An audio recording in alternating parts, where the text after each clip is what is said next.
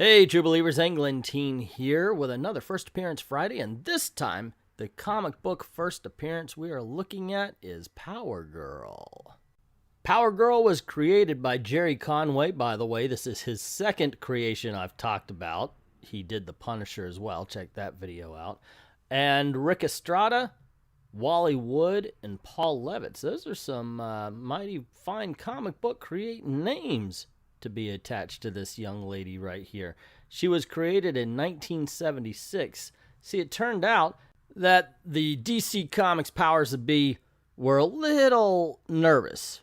At the time, the Justice Society of America were all guys, and all of them had lived through World War II, so they were afraid of isolating part of the audience, and figured bring in a female character, younger characters, because she's not the only one that joins the JSA in this particular issue. She's just the new kid on the block. We also have Robin and Star Spangled Kid coming in. Now, Power Girl is a nod to Lois Lane from Superman number 125. There was a little bit of an argument, though, because at first they wanted to make Power Girl the daughter of Superman and not the cousin, not another cousin, because it was very, as we know, reminiscent of Supergirl. Since Gerry Conway was on the JSA for just a few issues with Power Girl, he never actually named her. All of the characters called her Kid and stuff like that. It was Paul Levitz who came up with the names, and that was his big contribution. She ended up being named, her Kryptonian name was Kara Zor-El, just the letter, not the E-L. And, of course, Karen Starr was her secret identity name. And with that backstory out of the way, let's dive into the first appearance of Power Girl. But before we do, here's a hint towards next week's First Appearance Friday. So don't forget to click like, share, and get word out about the channel. If you haven't done it already, hit that subscribe and the notification bell. Don't want you to miss anything. So now let's dive in to All-Star Comics Super Squad number 58, the first appearance of Power Girl. First off, looking at the cover, it is so unremarkable. It really is. They seem to be selling All-Star Comics more than anything else. They're literally introducing a new character. And from the first look, you got to think, wow, we just need, I don't know, a generic Supergirl type. So they drew the white outfit. I mean, that's a basic costume. We already talked about that. But there's no fanfare to Power Girl's introduction here. None at all. You got the word balloons going on. You've got the shadow of the bad guy hanging over them, but it's been there, done that. Well, maybe you were too tough for the Justice Society, but mister, now you've got to fight the Super Squad. And it's Star Spangled Kid, Robin, and Power Girl. At this point, nobody has any idea who generic Supergirl is over there, and the only real well-known character is Robin. So it's like, really? Do they have a lot to worry about here? I don't know. And it just looks like Dr. Fate has a splitting headache. That's all. And Flash is taking a nap with his hat over his eyes. Not the greatest of covers to introduce such an iconic character. Not a big fan, but that just could be me. I am a different breed of cat. Earth 2. It's a world much like our own, though slightly different. On Earth 2, there are good men and bad, justice and injustice, triumphs and tragedies. There are men as ordinary as we are, and men not so ordinary. You are looking at 6 very extraordinary men, members of the Justice Society of America, and soon to be members of a new team dedicated to the war against evil. A team called the All-Star Super Squadron. I don't suppose there's much chance you're wrong about that, eh, Dr. Midnight? I'm pretty sure he didn't write that opening text there, Flash, but good call. I wish I were, Flash. I've triple-checked my information, and there's no mistake. Within 24 hours, the world will end. And I'm not sure we can stop it. Roll call. My name is Flash. I'm very speedy. That's why my wife, she quickly left me. Roll call. So Dr. Midnight tells them that there's going to be a few disasters in certain cities placed all around the world. And if they did come to fruition all at the same time, it could destroy Earth's atmosphere. Hawkman believes him and says the best course is to split up into teams and handle each situation. But you gotta look at the teams he chooses. Midnight and Hawkman go to Seattle, Flash and Wildcat to Peking, and Dr. Fate and Green Lantern goes to Cape Town. Well, you know that Cape Town's going to be well protected. Why don't we let the Boxer and Flash go? That way, basically, Wildcat just stands around. They make something up for him to do, but come on, seriously? But all the power is going to Cape Town. Oh, and as a heads up here, they were not exactly rushing to get Power Girl to show up in this book. So if you're just here for her section, you might want to skip ahead a little bit. But I'm going to talk through the story here, maybe point out some of the silliness if there is any silliness. But overall, I'm going to be describing action. So it's not going to be as in-depth as my usual up until the point where Power Girl appears. Even the writer at this point says, wait a second, it's called the Super Squad. Why don't we take time to introduce the new members? So we cut to Star Spangled Kid. And I've got to say, I like older books like this because he lays out just 2 panels worth of exposition. He's a product of time travel. Ted Knight gave him the cosmic rod, so now he can use it to fight crime. And of course, he sees some bank robbers who go, hey, look, there's a superhero. Let's shoot at it. I guess that's the equivalent of poking it with a stick.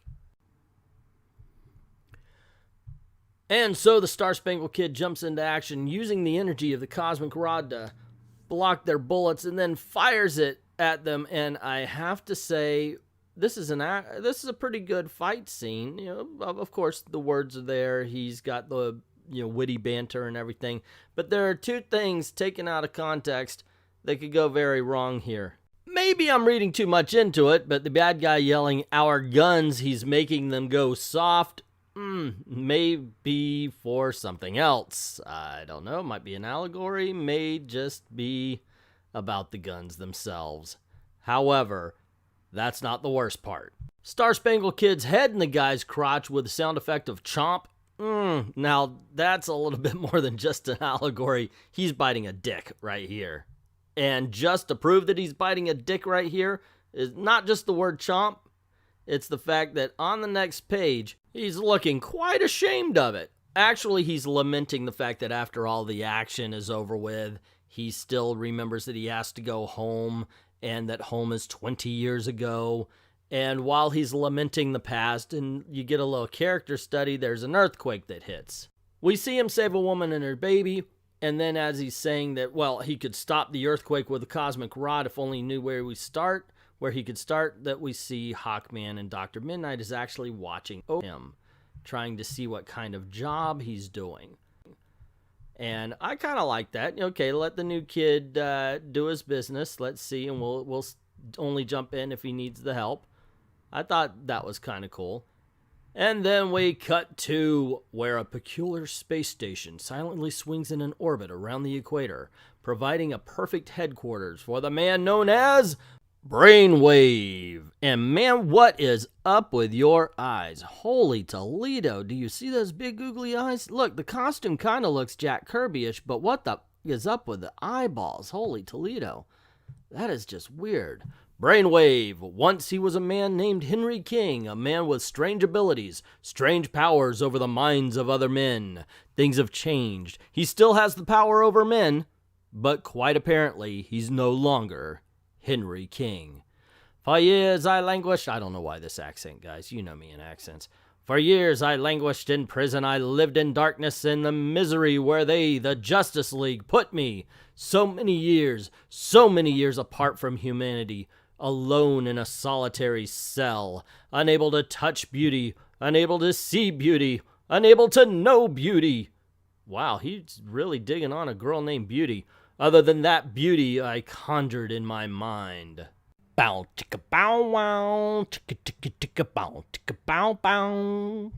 Brainwave continues to complain about the beauty that he is missing and then asks himself if the JSA even wonders why he picked those particular cities to attack or if they even care. Dude, if you got something to say, just say it. Don't make us guess. Come on. The next page is pure MacGuffin. It's Robin. It's like, hey, meanwhile in Cape Town. Hi, person we're never going to meet again. Hello, Dick Grayson. We have to acknowledge that you are the person we all know as Robin. Oh my gosh, there's an explosion. Kaboom. The only person who can do anything about it is me, the ex-boy wonder, Robin. Cut to Dr. Fate and Green Lantern as they are flying into Cape Town, and notice the...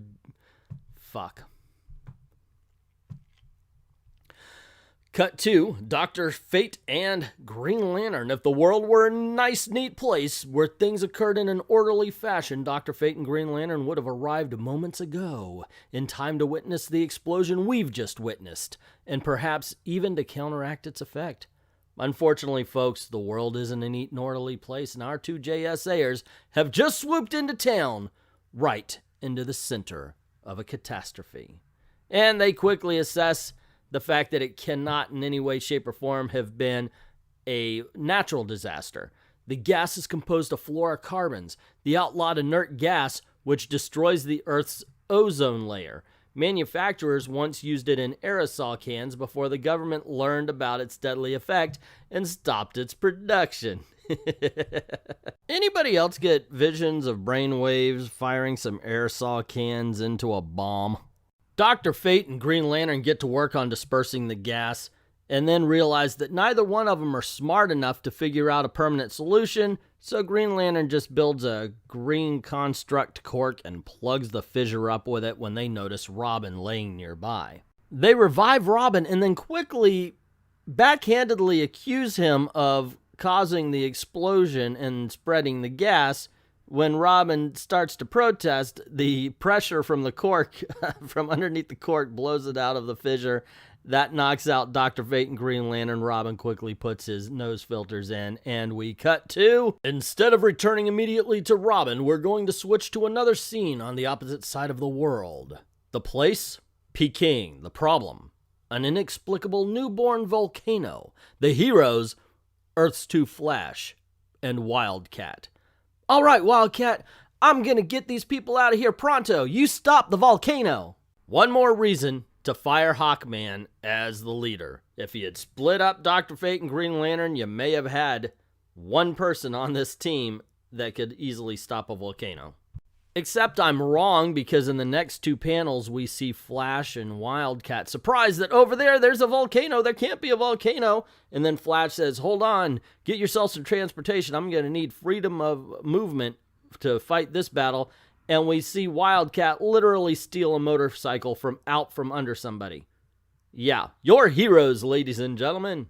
And then we see the Flash spring into action, doing that thing we see in so many 1970s and 80s cartoons where the super speedster circles around something very, very fast, digging a trench so the lava can fill it. And then we see Wildcat coming up on the motorbike. He's like, hey, guy, come on. I know I'm useless. You don't have to rub my nose in it. All right? Is there anything I can do? But before the Flash could remind Wildcat that he's basically a boxer in a cat costume, in comes Power Girl, ladies and gentlemen. Her first appearance. Who the heck is that? Shouts Wildcat. We'll have to wait a minute for the answer to Wildcat's startled question, since what's happening is more interesting than who's doing it. Ooh, what a freaking dig at Power Girl in her first appearance. Holy Toledo. We understand that this Supergirl clone is not worth your attention, but let's tell you what she's doing. Looks to me like the volcano is filled with mood slime from Ghostbusters 2, and she is manipulating it back down. Sorry I startled you. I promised my cousin I'd wait a few months before revealing myself, but when I saw the trouble you were having with this volcano, I decided I couldn't wait.